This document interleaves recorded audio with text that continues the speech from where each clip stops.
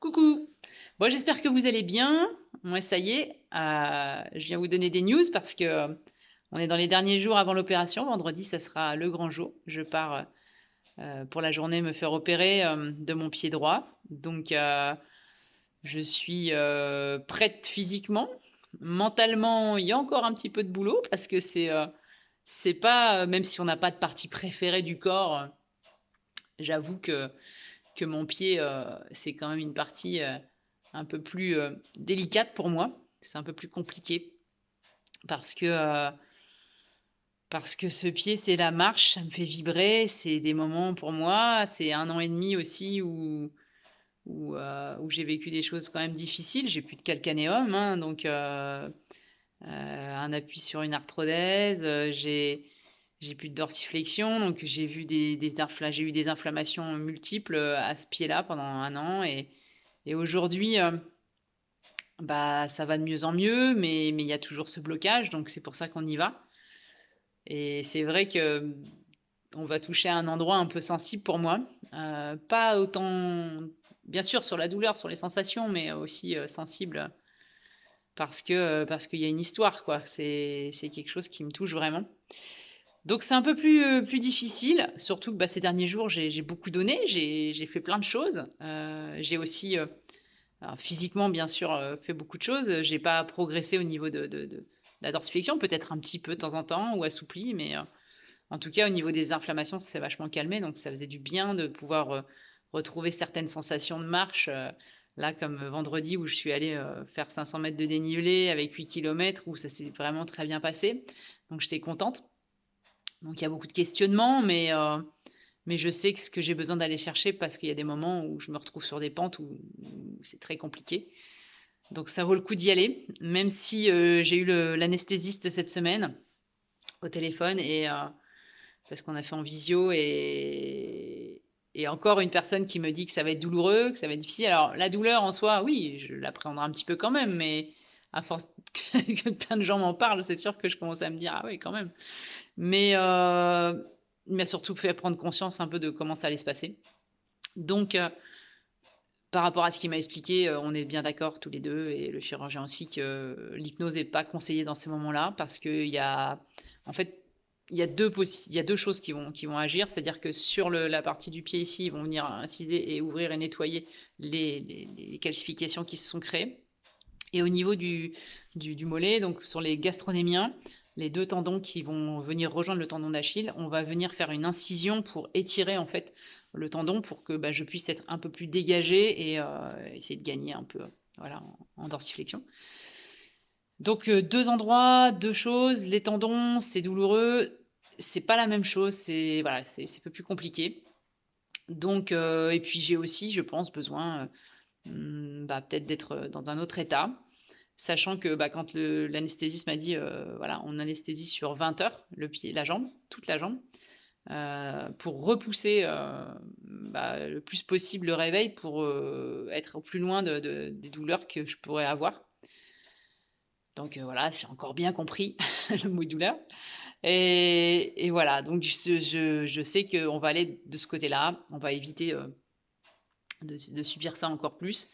Euh, et puis, forcément, avec tout ce qu'il m'a dit et l'expérience du bras, j'ai compris aussi euh, que bah, il y avait des choses à remettre en place différemment pour éviter l'ossification. Donc l'ossification, je voulais revenir dessus parce que vous avez été nombreux à me parler de l'ossification par rapport à mon régime alimentaire, par rapport enfin, à me questionner. Et moi aussi, je me suis questionnée hein, par un moment en me disant, voilà, est-ce que ça peut être aussi de mon fait est-ce que mon régime alimentaire, bien que après ça m'est, en ayant posé les questions, et puis en y ayant réfléchi, bien sûr que c'est pas possible. Je veux dire, je suis pas dans, même si les gens pensent souvent que le carnivore, enfin le céto-carnivore est un régime hyperprotéiné, ce qui n'est pas du tout le cas, puisque on mange les protéines qu'on devrait manger de tout temps, dans n'importe quel régime, je veux dire.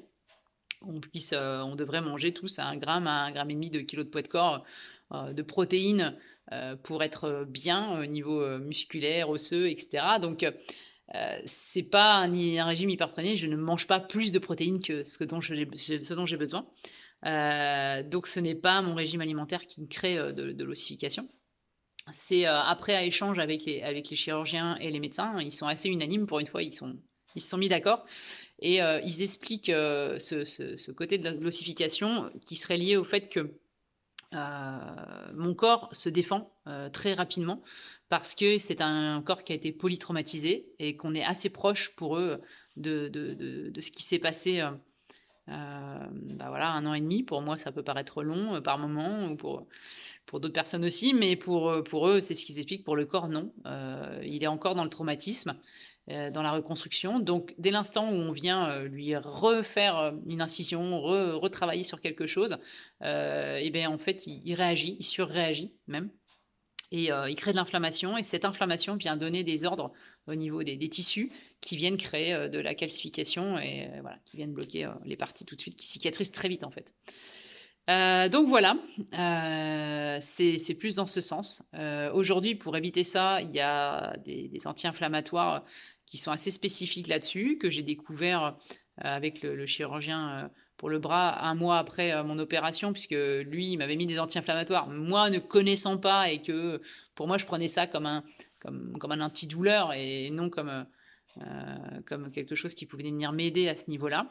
Je ne les ai pas pris au début, donc voilà, il m'a après revu 1 mois après, il m'a dit ça serait quand même bien de prendre des anti-inflammatoires maintenant qui sont liés à ce que ça vienne moins ossifier, ça existe. Donc c'est ce que j'ai échangé dernièrement avec mon chirurgien pour qu'on puisse aller sur ce type d'anti-inflammatoire et que je commencerai dès le début de mon opération. J'attendrai pas. Après, pour tout ce qui est antidouleur, ça, on en reparlera en temps voulu. Je ne dis pas que je les prendrai pas. Si j'en ai besoin, on verra. J'ai plein d'autres méthodes, comme vous le savez, naturelles pour essayer de passer cette douleur, que ça soit voilà, la respiration, que ça soit comment dire, la méditation, la respiration, l'hypnose et aussi du CBD ou des choses, voilà, des produits vraiment plus naturels. Donc si je peux éviter, j'éviterai bien sûr, mais bon, je me ferme pas la porte, en tout cas, ils sont là, on verra.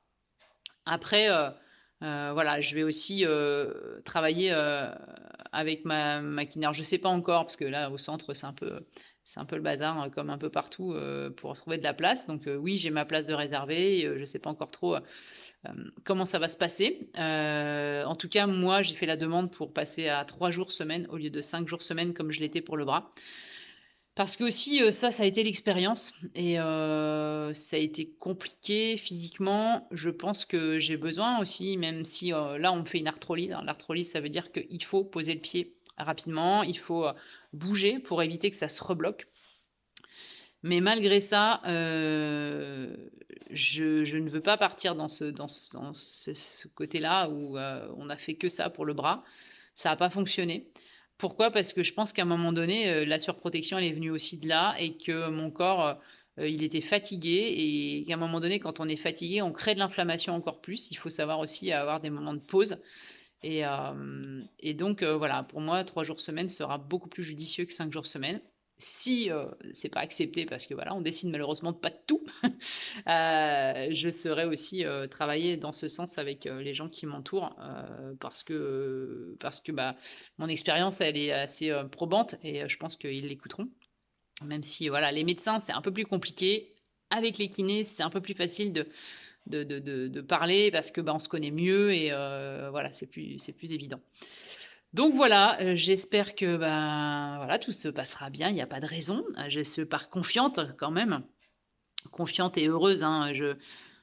Quand je dis que je suis un peu encore dans le travail mental, c'est parce que bah voilà, ça engendre beaucoup de choses pour moi. Je me suis lancée dans un gros projet derrière, mais je ne regrette pas. C'est ce qui me fait aussi vibrer, et c'est important. C'est là pour m'aider à me dépasser encore plus.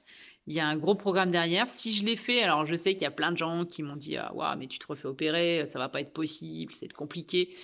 Hem, je le fais aussi parce que, on vient me demander de poser le pied directement derrière. Donc, Oui, il y aura, forcément des douleurs, oui, ça sera pas des appuis comme j'ai là, mais je ne vais pas perdre non plus, autant de masse musculaire que si, j'avais été complètement immobilisée, ce qui n'est pas le cas.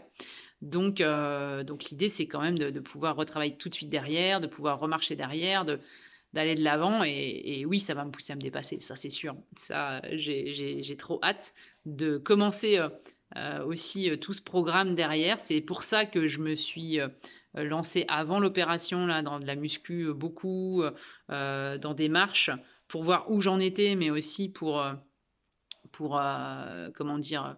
Travailler, ces muscles pour pouvoir, même si je perds un peu, pas en perdre de trop quand je vais redémarrer et voilà, partir de plus loin et je suis sûre que, ben, voilà, derrière, il y a plein de belles choses à vivre, à faire. J'ai hâte de les vivre, de les partager avec vous.